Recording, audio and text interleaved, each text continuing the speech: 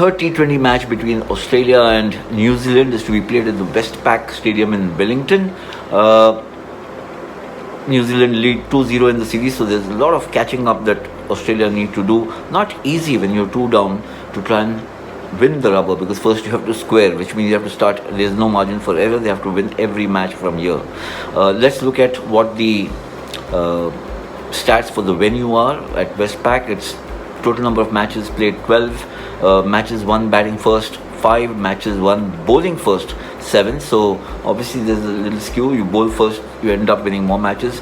Average first inning score 161, average second inning score 143. So well, batting, it's a bit of a, as always happens, the stats may or may not be reflective of what can happen on a particular day in T20 format, in the shortest format. Kuch bhi ho sakta hai, anything is possible.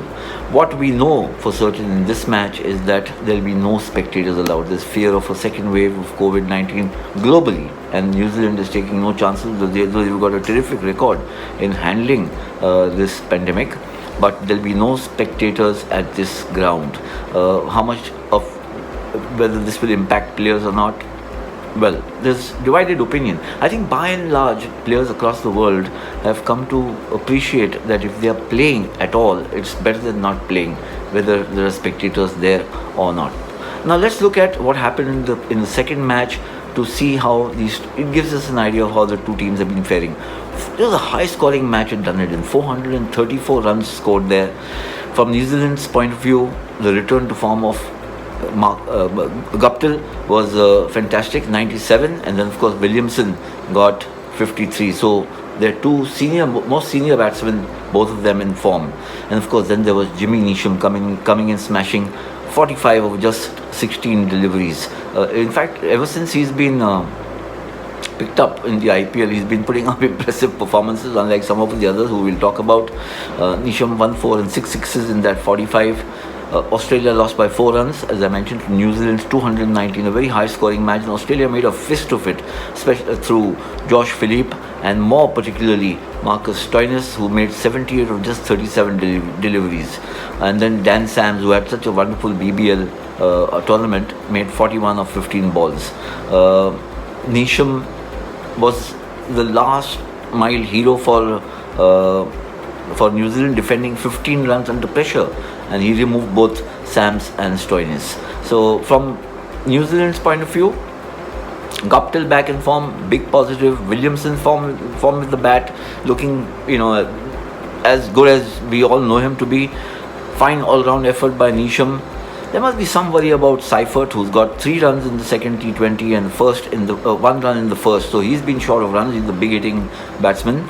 Kyle Jamieson, now who was a big buy in the IPL, not enjoying much luck in this tournament. He went 56 runs in his 4 overs in the second match, high scoring match, and in 3 overs he conceded 32 in the first match. So not a happy tournament so far for Kyle Jamieson.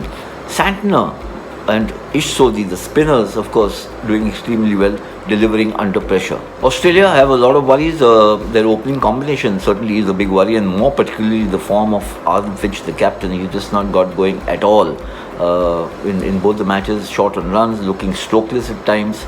Josh Philippe coming good with 45 in the second game is a shot in the arm for the team.